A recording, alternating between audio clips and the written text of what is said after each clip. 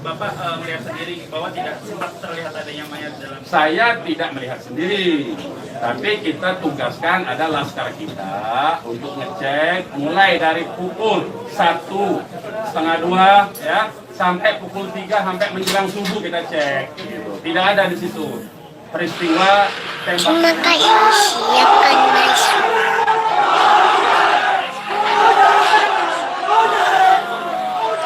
Terima kasih. Siapkan masuk. Lokasi yang kita duga tempat terjadinya itu. Bang, untuk yang 4 orang yang masih sisa itu kan ada 10 orang yang dikabarkan Yang mengawal itu 4 mobil. Jadi lebih dari 10 orang. berarti yang sisanya itu bakal bisa menjadi saksi dong, Bang. Insya Allah bisa, ya, insya Allah bisa. Tapi konsentrasinya 2 mobil konsentrasi terus melakukan pengawalan terhadap Habib Rizik, ya. Yang 2 mobil lagi itu yang berhadapan dan untuk upaya ditangkap oleh pihak yang kita belum tahu sampai sekarang. Tapi diakui oleh mereka itu sebagai polisi kan.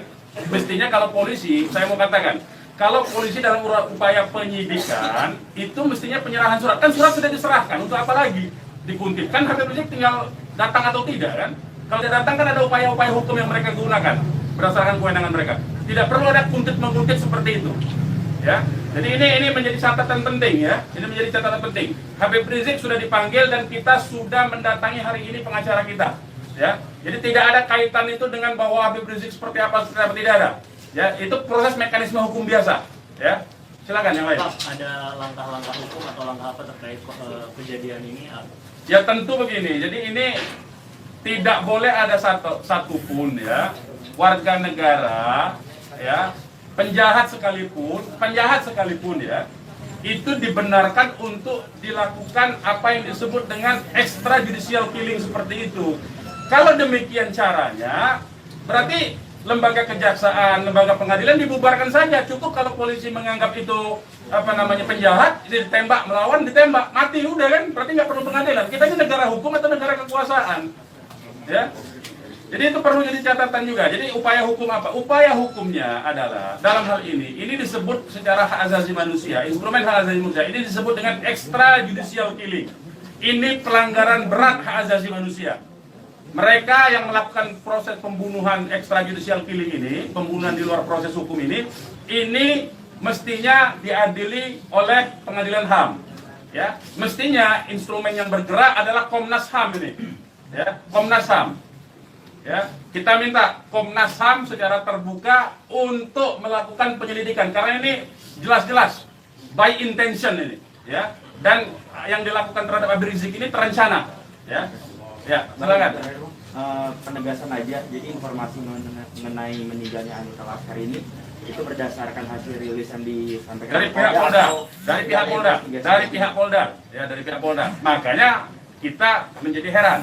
Ya, artinya itu firm mereka dibunuh tuh, ya. Ya. Yang 6 orang itu sendiri identitasnya bisa disebutkan? Yang 6 orang identitas, baik saya bacakan.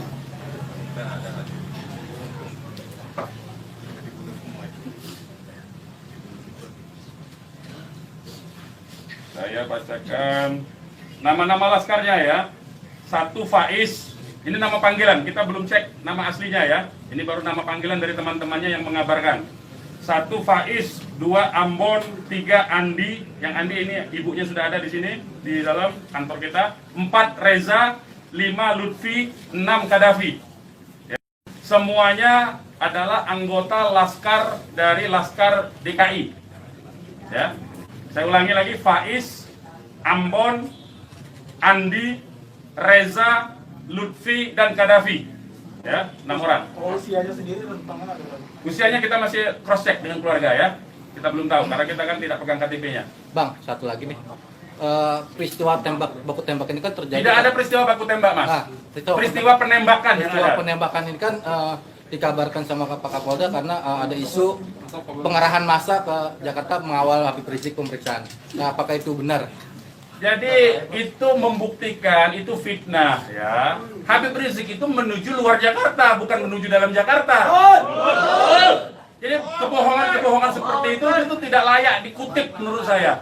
Ya, tidak boleh informasi publik dijejali dengan berbagai macam kebohongan. Ya, hentikan kebohongan. Habib Rizik menuju arah luar Jakarta, bukan menuju dalam Jakarta, menuju ke tempat pengajian. Pengajian itu pengajian keluarga. Keluarganya keluarga inti. Terdiri dari, ya kalau saya sebutkan nanti Habib Rizik terancam nyawanya. Mau tanggung jawab nggak nanti? Lokasi penembakannya di mana, Bang? Lokasi penembakan diperkirakan pintu tol Kerawang Timur. Yang udah dicek di sana di mana? Sudah dicek di situ, Kerawang Timur. Pintu tol Kerawang Timur. Sudah kita cek. Berarti kalau dari rombongan HRS sendiri nggak ngelihat ada tembak-menembak di situ ya Pak? Yang tiba-tiba Tidak ada, sampai memang hilang tidak ada aja. tembak-menembak. Ya, memang tidak ada tembak-menembak. Sudah saya katakan berulang-ulang, tidak ada tembak-menembak. Kalau bahasanya tembak-menembak, itu artinya dua belah pihak memiliki senjata api yang sama. Jadi kayak saya mohon lah ya, penggunaan diksi ini, kita didiklah masyarakat ini, didiklah publik ini, edukasilah publik ini dengan fakta yang sesungguhnya. Dari kami menyatakan tidak ada tembak-menembak. Kalau konotasinya penggunaan diksi tembak-menembak, itu dua belah pihak saling memegang senjata Tapi api. sempat mendengar senjata api dari polisi atau apa? Bagaimana? Salah satu mobil sempat terkena sempi dan sebagainya Pak. Bukan salah satu mobil, 6-6-nya udah tewas sekarang dinyatakan sendiri oleh mereka. Mengakui. Dilihat 4 rombongan itu Pak, 4 mobil itu Pak. Satu mobil. Ya, sudah saya katakan tadi, yang mengawal Habib Rizik ini 4 mobil. 2 mobil terus mengawal Habib Rizik menuju tempat pengajian. Yang 2 lah kemudian yang berusaha dihadang oleh OTK ini. Begitu, saudara. Ya. Kemudian terjadilah upaya-upaya penangkapan itu dan ada sekali penembakan di tahap awal itu dan mengenai satu laskar. Satu laskar inilah kemudian yang voice note-nya sampai ke tim yang lain, ke mobil yang satunya. Mobil yang satunya segera katakanlah menyelamatkan diri begitu. Karena ini ada tembakan, itu bukti ya. Saya mau katakan ini ada 2 mobil. Satu mobil dihadang, satu mobilnya kalau betul ada tembak-menembak dan laskar FPI punya senjata, tentu dihajar pakai mobil satunya. Ini kan tidak terjadi. Buktinya yang satunya mobil kita, laskar kita menyelamatkan diri begitu loh. Ya, itu faktanya. Jadi tidak ada penggunaan diksi tembak-menembak. Penembakan yang ada itu. Penembakan oleh siapa? Sementara ini mereka mengakui bahwa itu dari pihak mereka. Dengan tadi pernyataan kan, jelas kan? Mereka sendiri yang mengakui. Tadinya kita anggap itu OTK, tapi sekarang sudah diakui. Ya. Nah, karena ini aparat negara yang melakukan, maka ini disebut pelanggaran hak asasi manusia yang berat. Begitu. Pelanggaran hak asasi manusia berat itu sendiri, apakah FPI akan melapor ke Komnas HAM? Oh iya, kita akan berupaya tentu saja. Ya, kita akan menggunakan seluruh mekanisme hukum untuk melaporkan peristiwa ini. Ini tidak boleh didiamkan. Sebab bisa saja nanti Anda semua akan ditembak nanti kalau kritis. Ya, aman. Karena Anda wartawan tentu saja menyuarakan yang kritis. Kalau Anda tidak disenangi kritik Anda nanti, Anda akan menjadi sasaran. Semua warga negara Indonesia akan diperlakukan sewenang-wenang seperti ini. Ini tidak boleh dibiarkan. Ya, kami masih bersabar dengan menggunakan upaya mekanisme hukum. Ya, yaitu akan berupaya melaporkan ini ke Komnas HAM. Karena ini kita sebut pelanggaran HAM berat. Ya. Ada upaya dari FPI untuk mengkonfirmasi soal identitas 6 orang itu nggak Pak? Enggak, nanti kita keluarganya tentu ini sekarang aja sudah ada 3 keluarga ya. Insya Allah dari keluarga nama-namanya identitasnya akan kita dapatkan dalam waktu segera dan akan kita keluarkan identitas keluarga masing-masing termasuk umur, alamatnya ya. Sudah ada yang dihubungi pihak Polda terkait 6 jenazah itu? Belum ada. Ini kita tidak punya akses informasi ya. Pak, untuk jenazah sendiri ada di mana ya Pak? Karena kan di Airport sendiri tadi belum ada jenazah ke nomor. Nah itu tanya ke mereka yang nembak, mereka yang mengendalikan jenazah, kenapa tanya kita? Tanyanya mereka itu. Itu bukti mereka menguasai itu jenazah, ya. Dan dalam kewajiban seorang Muslim itu jenazah harus segera diserahkan kepada keluarga, ya. Jangan dilama-lamakan. Dan keluarga menolak otopsi, tidak dibenarkan otopsi tanpa izin dari keluarga. Terkait dengan kejadian ini sendiri, responnya Habib Rizik itu apa? Ya, beliau tentu saja mengucapkan innalillahi wa inna ilaihi rajiun. Ya, beliau sangat berduka, sangat bersedih karena ini adalah laskar yang semata-mata mengabdi kepada beliau untuk mengawal beliau. Ya. Beliau sangat sedih tentu saja. Ya, beliau sangat sedih. Balik lagi ke orang yang mengintai itu Pak, bagaimana FPI memastikan 30 orang itu benar adalah pengintai yang berasal dari lembaga negara, termasuk yang 3 orang di Mega Mendikbud? Ya, kita punya pengakuannya, kita punya data-data laporan mereka ya kepada atasan mereka, kita punya sampai sekarang ini. Nah, kita tidak tahu apakah ini adalah bentuk-bentuk upaya balas dendam dari terbongkarnya coverage mereka. Kita tidak tahu, ya. Kita tidak tahu. Pak, Laskar itu tadi disebut polisi adalah laskar khusus yang berusaha menghalangi penyidikan Habib Rizik. Itu Penyidikan apa? Penyidikan itu di kantor polisi, Mas. Jadi jangan polisi jangan sembarangan lah, ya saya kira. Penyidikan itu di kantor polisi. Dan Habib Rizik itu akan dipanggil. Yang dihalangi itu apa? Tidak ada upaya menghalangi. Habib Rizik itu mau menuju pengajian. Apa yang disidik? Apa yang disidik? Pertanyaannya. Penyidikan apa? Ya. Tidak ada upaya menghalangi itu, ya. Tidak ada upaya menghalangi. Itu fitnah, lagi-lagi itu fitnah. Ini upaya untuk melepaskan diri dari jerat hukum. Ini pelanggaran HAM, saya katakan. Ini pelanggaran HAM, sekali lagi. Ya. Tidak boleh lepas dari jerat hukum ini. Tidak boleh, karena kekuasaan lepas dari jerat hukum. Tidak boleh. Tidak ada upaya menghalang-halangi itu. Karena Habib Rizik jelas mekanisme hukumnya. Ya, tinggal dipanggil, tinggal diketerangan saja. Ya, silakan yang lain. Masih ada? Bang, Ya. Bang, ini barusan IPW merilis tentang kasus ini. Siapa? IPW, Indonesian Police Police Watch. Watch, Jadi oke. IPW mendesak untuk Jokowi mencopot Kapolri sama membentuk tim pencari fakta bahwa ada pelanggaran di sini. Apakah teman-teman FPI akan menggandeng IPW juga untuk membentuk tim fakta? Ya, kalau IPW kan LSM memang dia selama ini berfungsi untuk menjadi pengawas polisi kan, namanya Police Watch kan. Ya, saya setuju, tentu saja terima kasih atas dukungan dari IPW untuk supaya kasus ini dibentuk tim independen. Saya setuju. Dan tim independen itu tentu saja menurut saya harus dipimpin oleh Komnas HAM karena kewenangan itu ada di Komnas HAM ya. Baik, yang lain. Ada rencana untuk melapor ke Propam juga mungkin, Bang? Ya, jeruk makan jeruk nantinya, Mas. Ya, jeruk makan jeruk. Nah, ya. Nanti ini yang jelas ini saya katakan ini ada unsur dugaan kuat pelanggaran hak asasi manusia yang berat. Ya. Karena dia pelanggaran hak asasi manusia yang berat, maka kewenangan itu ada di Komnas.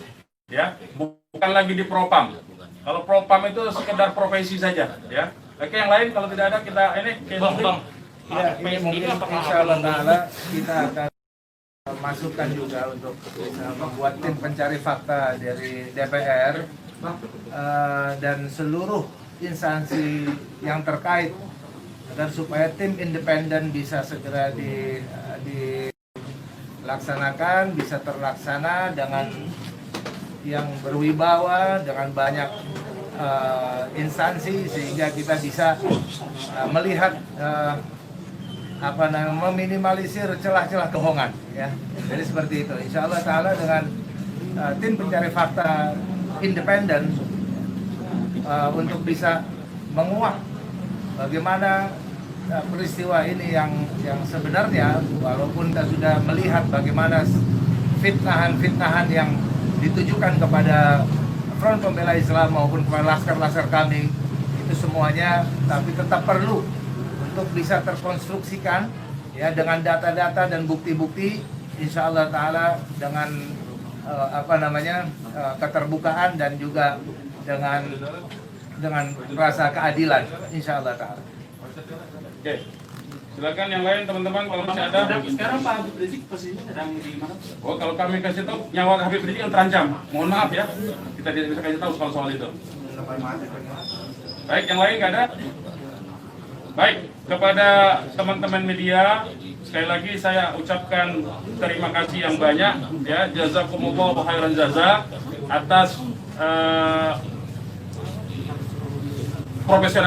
profesionalisme ya, cross check cover both side dari teman-teman, karena memang pemberitaan tidak boleh berdasarkan hanya satu pihak saja. Kami hanya menuntut kemukakanlah fakta dengan apa yang sesungguhnya dari kedua belah pihak. Nanti masyarakat yang akan menilai itu ya. Yang jelas penggunaan diksi tembak-menembak saya kira harus dihentikan, karena itu adalah framing yang jahat terhadap orang tidak berdosa, yaitu 6 orang yang syahid ini. Demikian dari kami, terima kasih. Billahi taufiq wal hidayah. Wassalamualaikum warahmatullahi wabarakatuh.